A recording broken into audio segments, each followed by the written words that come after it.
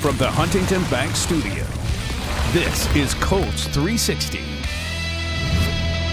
Welcome to an all-new Colts 360, joined by head coach Shane Steichen. You have back-to-back road divisional games. When you have a stretch like that with two tough AFC South games on the road, how do you come off a game like Jacksonville and have your team galvanized going into Nashville this Sunday? Well, obviously coming off a tough loss in Jacksonville, we got to clear our minds and get ready to go because these division games are big, and we know that, and they're going to be big going down the stretch. So we got to have laser focus this week, with our preparation. As guys got back in, what sense of that focus were you able to get out of them, knowing what they got to take care of on Sunday? Yeah, no, we got a good group of guys, good veteran leadership in that locker room, and they know this is a long football season. And again, we got to clean up the things we need to clean up and get ready to go for Tennessee. Hey, speaking of the vets in your locker room, last Sunday felt like a very vintage Joe Flacco type of offensive performance. 369 yards, 3 TDs, passer rating over 121.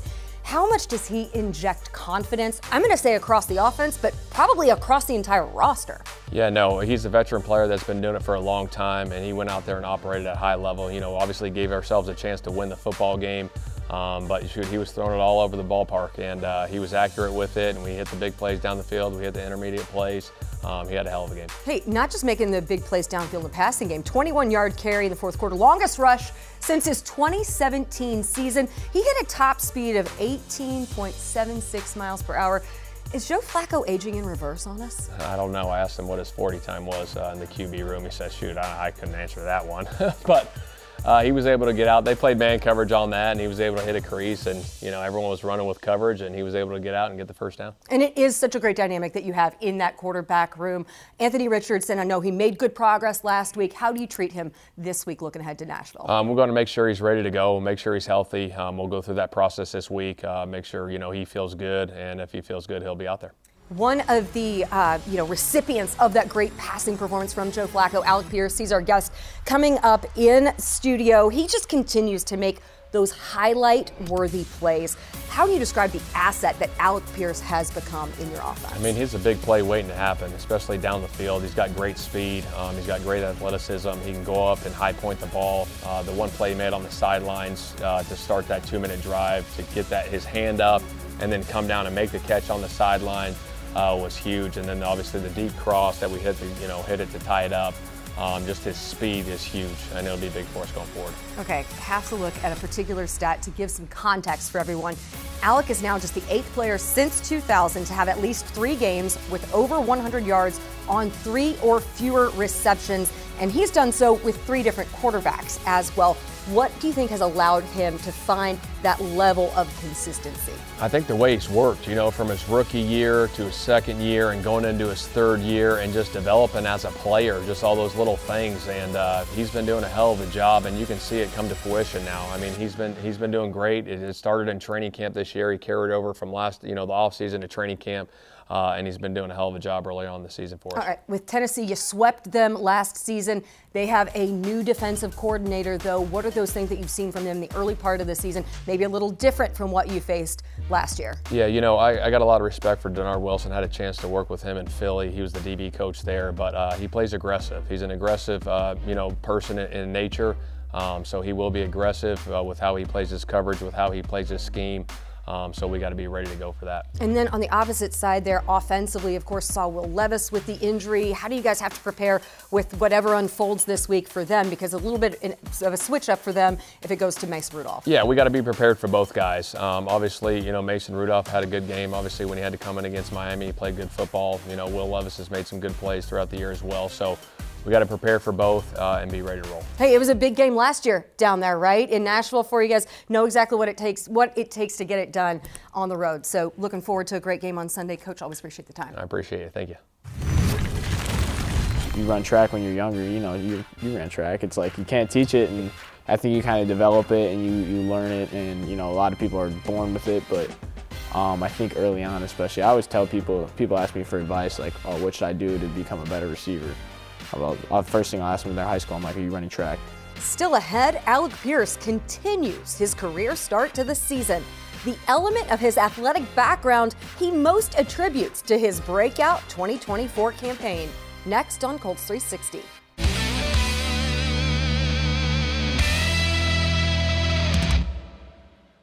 This season, Anthem Blue Cross and Blue Shield is teaming up with the Colts to shine a light on outstanding small businesses. Indy's our hometown, and boosting local business is just one way we want to thank this great city. Go to Colts.com/Anthem Spotlight to nominate your favorite small business today. Anthem and the Colts, helping Hoosier small businesses score. Forte Sports Medicine and Orthopedics, proud orthopedic partner of the Indianapolis Colts. At Forte, fellowship-trained physicians and staff provide comprehensive, specialized sports medicine and orthopedic care to active patients of all ages. To learn more, visit forteortho.com. Alec Pierce somehow in traffic against Buster Brown. It's a pickup of 24. How in the world did Alec Pierce come down with the football? Pierce, by the way, starts today leading the league in yards per catch, 23.4. Toward the end zone, he's got Pierce. It's a 46-yard bomb to Pierce. 2 plays to Alec Pierce down the field. Was Pierce touched on the leg before he crossed the plane of the end zone? Flacco pulls it back, puts some air under it. Wide open is Pierce. Massive breakdown, and it's Pierce in. Touchdown. 65 yards, and again it's Pierce. Just rips the heart out of the Jacksonville defense. Back on Colts 360, and for the second time this season, joined by Alec Pierce, coming off that unbelievable fourth quarter game, 3 receptions for a single game career high, 134 yards and a touchdown. How great was it to have that type of a performance with your parents there in the stands in Jacksonville? Yeah, it was awesome. I had, my parents there, some family friends there and stuff too, so it's always good, play in front of the fam and get to see people after the game. We've talked a whole lot about the athletic family that you come from and all of that. What is the Pierce family group text like on a Sunday afternoon? Because you've got your brothers, you have the basketball background, they're doing their thing, all of that. What's the chatter? Yeah, I know I always one of my pregame routines, I always just text my family that I love them right before the game. But I know I have a group text with my cousins and all that stuff, and usually when I'm done with the game, they're commenting about the game.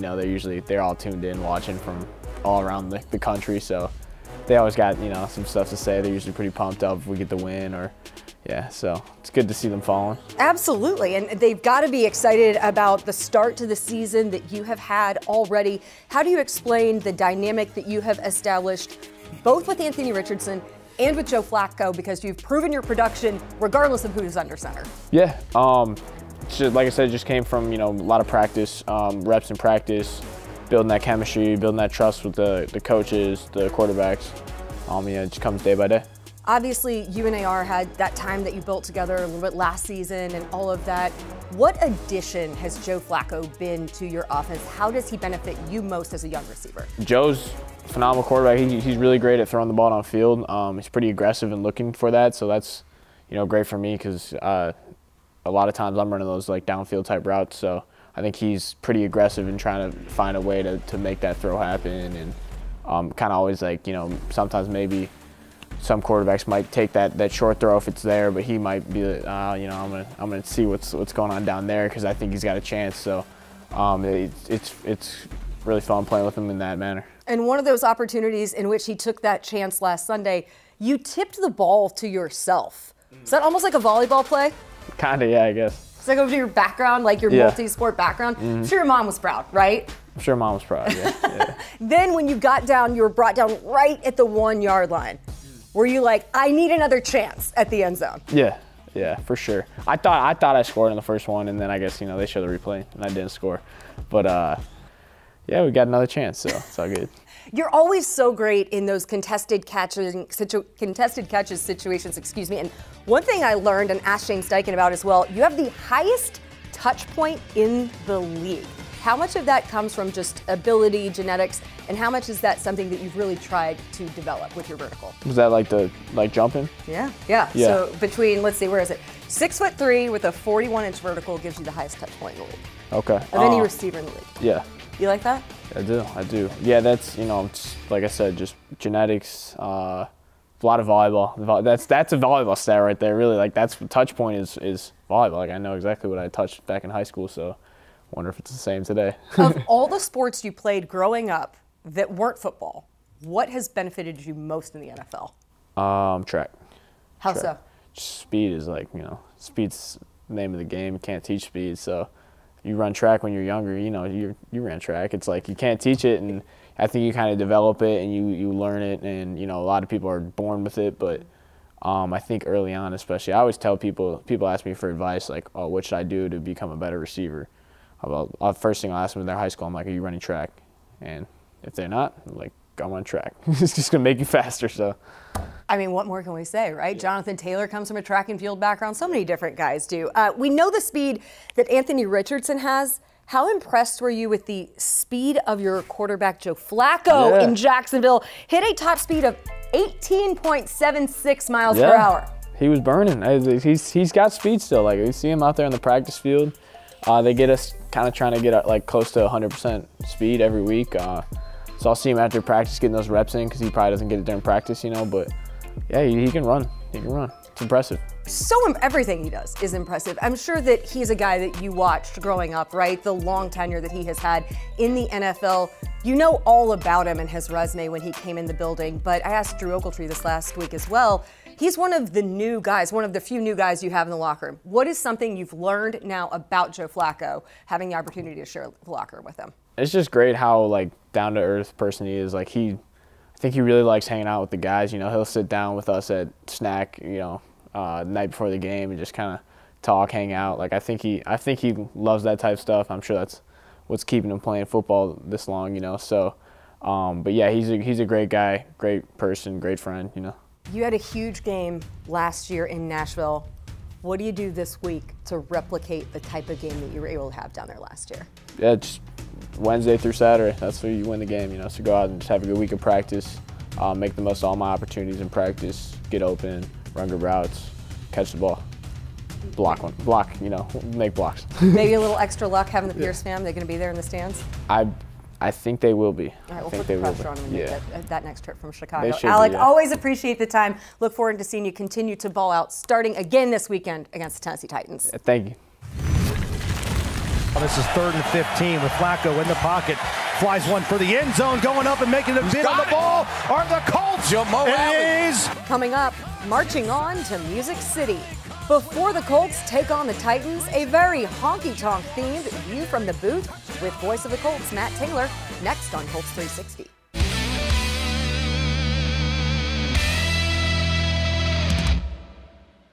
Enter now for your kid's chance to be Junior Blue at the next Colts home game.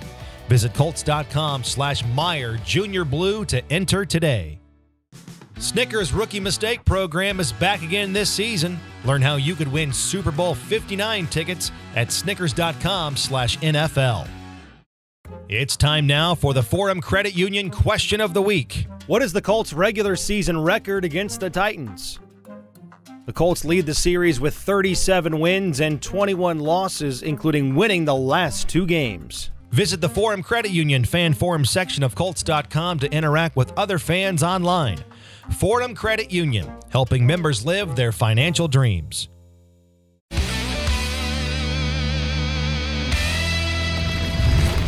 Welcome back to Colts 360. Before we get to View from the Booth with voice of the Colts, Matt Taylor, Alec Pierce was not the only Colts wide receiver making noise last week. Josh Downs led the team in receptions with 9, totaling 69 yards. He now has at least 8 receptions in consecutive games. For the first time in his career, he and Malik Neighbors so far the only receivers this year to accomplish this feat. Here is Josh Downs, Wired for Sound in Jacksonville.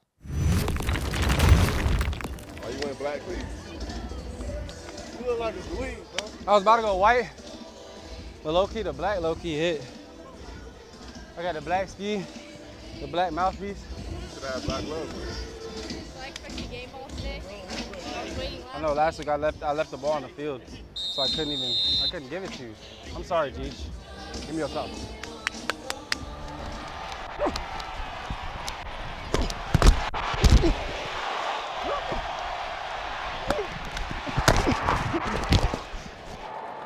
That first play was cover 2. I was like, nope, not today, buddy.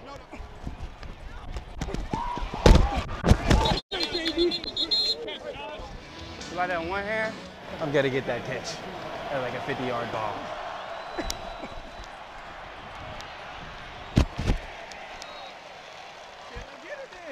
Hey, I'm with whatever. You know, I like to compete.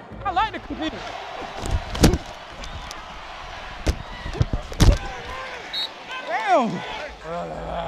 And then we got to eat next drive, man. Come on. It's up to us real quick. Come on, it's up to us. That's first down.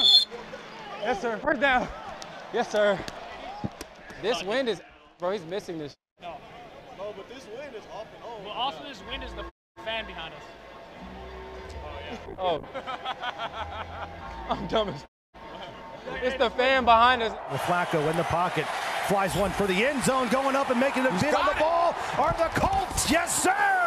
Alec went high in the air and brings it down in front of the Jaguars secondary. Touchdown, INDY. Hey, good throw. Hey, that's a big-ass play right there, boy. I like that. You gonna make a big play. I might say you due for one. You due for a seam go. Play action, good protection. Lost it downfield for Alec Pierce. He's got it. 30. He's at the 20. Down the far side, like 10. Touchdown. 5. Touchdown. INDY. Alec Pierce with fireworks in the fourth quarter. Come on, wait his turn. Boy. I told you he was due for one. Well, you got 134. He got 134 in the fourth quarter. Did they just cut you loose? Oh, he was man coverage. So I said nobody was running. You was butt naked, but you outran his ass to the end zone.